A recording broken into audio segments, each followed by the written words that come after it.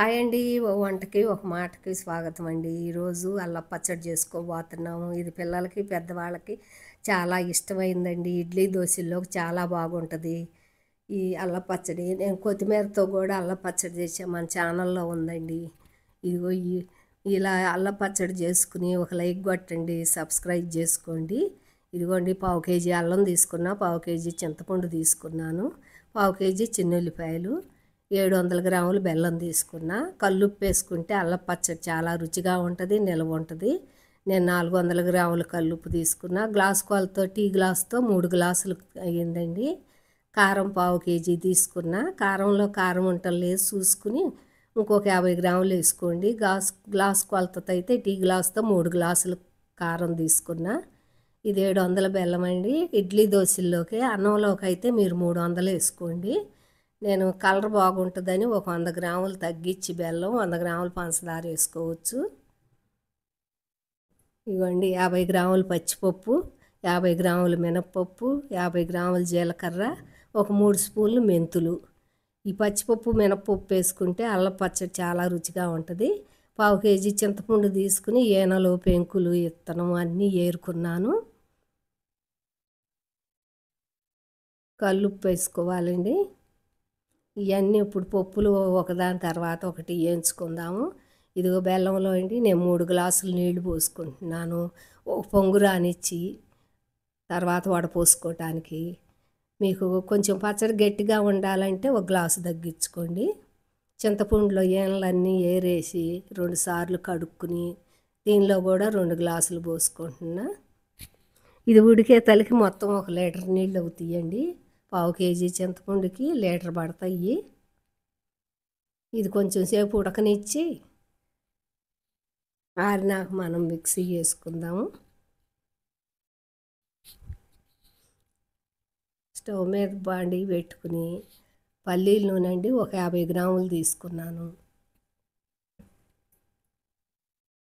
అల్లం శుభ్రంగా పై పెచ్చు తీసి కడిగి ఆరబెట్టుకుని ముక్కలు కోసుకుని ఇట్లా పల్లీల నూనె ఒక 50 గ్రాములు వేసి వేయించుకుంటే, ఆ పచ్చి వాసన పోయిన దాకా వేయించుకుంటే పచ్చడి రుచిగా ఉంటుంది, నిల్వ ఉంటుంది. స్టవ్ మీద బాండీ పెట్టుకుని పచ్చిపప్పు వేయించుకుని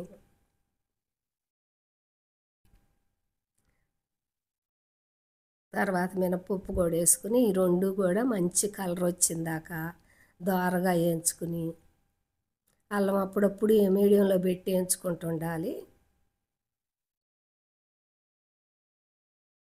చింతపండు అదిగో ఉడికిపోయింది. కొంచెం సేపు ఉడికి 2 గ్లాసులు పోసుకున్నాం కదా, కొంచెం వాటర్ తగ్గినాక ఇంకా దించి స్టవ్ కట్టేసుకుందాము. పప్పులు కూడా గోల్డెన్ కలర్ వచ్చినాయి, అల్లం కూడా వేగిపోయింది. ఒక స్టవ్ మీద పాకం పెట్టుకున్నాము, బెల్లం వాటర్ పోసి పెట్టుకున్నాము. ఒక పొంగు రానిద్దాము. అదిగో బెల్లం పాకము, చింతపండు, అల్లము, పప్పులు 4 స్టవ్ల మీద పెట్టుకున్నాము. అల్లం వేగిపోయింది. తీసుకుని బౌల్లోకి తీసుకుందాము. కప్పు అల్లం వేసుకున్నాం. పావు కేజీ అల్లం వేసుకుంటే హాఫ్ కప్పు వచ్చింది అల్లం వేగిపోయి. పచ్చి వాసన అంతా పోయింది, హాఫ్ కప్పు అయింది. ఈ నూనె మళ్ళీ పల్లీల నూనె పోసి కొంచెం కాగనిచ్చి చల్లార్చి పచ్చట్లో పోసుకుందాము. పప్పులు వేగిపోయినాయి. ఇప్పుడు మెంతులు, జీలకర్ర కూడా వేయించుకుందాము.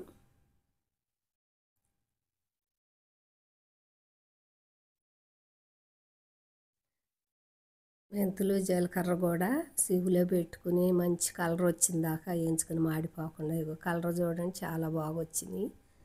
ఇవన్నీ ఆరినాక మిక్సీ వేసుకుందాము. ఇగో చింతపండు ఉడికిపోయింది, అల్లం వేయించుకుందాం, పప్పులు వేయించుకుందాము. ఇవన్నీ ఆరినాక ఒకదాని తర్వాత ఒకటి అన్నీ మిక్సీ వేసుకుని కలుపుకుందాము. పచ్చడి అయితే చాలా టేస్టీగా ఉంటుందండి. పిల్లలు అయితే ఇష్టంగా తింటారు ఇడ్లీ దోశల్లోకి. పప్పులన్నీ మిక్సీ వేసుకున్నాం కదండి, ఇప్పుడు అల్లం వేసుకుందాము. తర్వాత చిన్నుల్లిపాయలు వేసుకుని